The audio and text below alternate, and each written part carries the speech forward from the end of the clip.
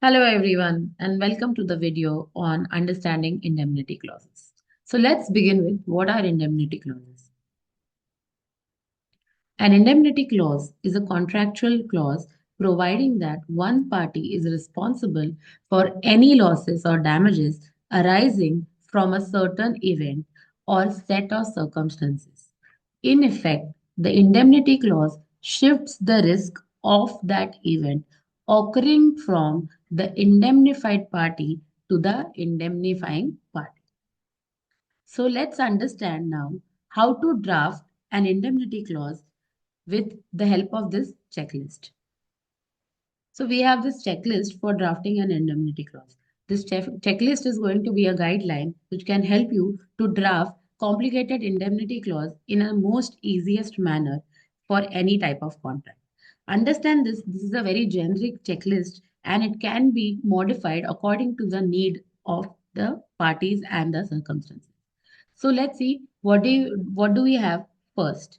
We have define the scope of indemnification. It is extremely important to define the scope of indemnification. You have to specify the events for or circumstances triggering indemnity.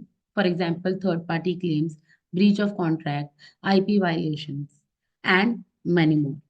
Determine the types of losses that can be covered under indemnification. Because if you do not determine the scope, you cannot limit the liability of a party in this indemnity clause. Okay, so direct, indirect, and consequential. These are the three types of losses that can be considered while determining the scope of indemnification. Second, we have establishing a time frame. Define a clear deadline for invoking indemnification. For example, 30 days from awareness of a claim. Providing a timeline helps to again restrict the scope of invoking this indemnity clause. Third, we have outlining the claim procedure. Now, if there is an indemnity claim, how one can proceed with the claim? There is a detailed procedure given so that a party, sometimes what happens, the party are not really aware about their legal rights. If you do not have a precise procedure for claim, parties generally it could lead to a dispute or there could be a disagreement when it comes to claim procedure. So identifying or outlining a claim procedure, a clear claim procedure is extremely important. Specify how the notice for raising a claim can be drafted. What is the format for it? Identify the documentation needed for claims. What are the specific documentation? For example, you can include the contract, a copy of the contract, or the proof that this is how the third party claims were indemnified. What was the reason for indemnifying them? Then also include steps for resolution and communication between the parties. Now that we have understood the claim procedure, let's move ahead and see what are the provisions made for the indemnifier.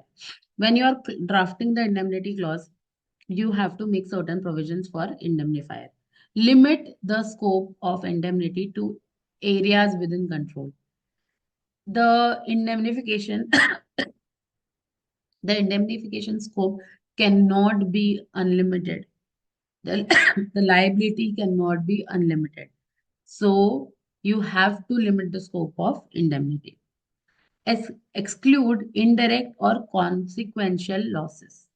Add a mitigation clause requiring the indemnified parties to minimize losses. So you know that this is going to be indemnified.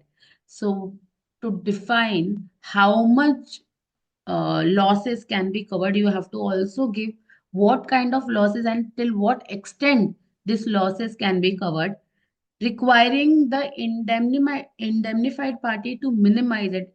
Minimum cost should be utilized to give away the losses. You cannot have an unlimited indemnifying liability. Next is for the indemnity holder. What will be the provisions? You have to avoid drafting overly broad indemnities. Again, scope is going to obviously determine this and obviously is going to restrict the indemnity. avoiding a broad indemnity clause. Use clear and unambiguous language. Extremely important. This is one of the most important thing one should consider while drafting any type of contract or any type of clause. Include specific indemnities for breach of contract or negligence. These are the things you have to, these are the provisions you have to make for an indemnity holder. Next, we have address legal cost. You have to state whether the legal or litigation costs are covered under indemnity or not. Seventh, we have set limitations and exclusions. Clearly list any exceptions such as claims arising from gross negligence or willful misconduct. Basically, you're telling that, you will be indemnified for certain things, but definitely you will not be indemnified for certain situations. Then, eighth is ensure compliance with law. You have to look at a governing law, and according to the governing law, see, generally in Indian contracts, it is going to be according to laws of Indian Contract Act. But otherwise, if you are drafting an international contract, you're drafting an international indemnity clause, you have to look at a governing law. You have to identify and specify what are the indemnity provisions under that governing law and accordingly draft the indemnity clause. Review the clause for alignment with relevant legal regulations. Conduct a validity and enforceability check. Ninth, but the most important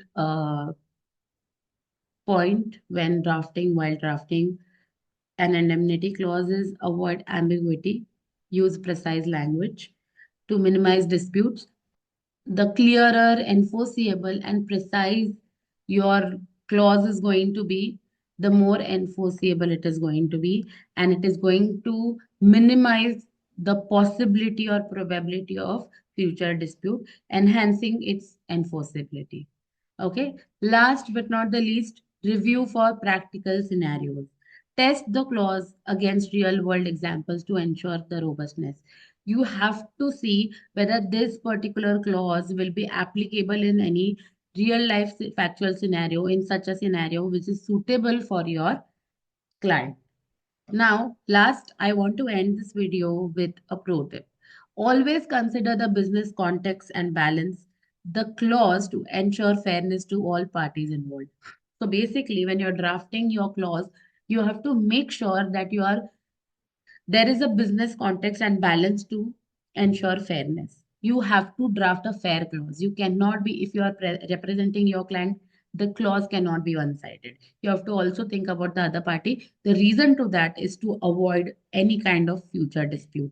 You want the agreement to definitely not fail, right? So if a clause that is drafted is one sided or unfair, the agreement is going to fail and the clause is going to fail. So that is exactly you do not want have to do, and that is the reason you have to ensure that there is balance and fairness to all the parties. Here we come to the end of today's video on drafting an indemnity clause. I hope this video was helpful. Until then, see you next time.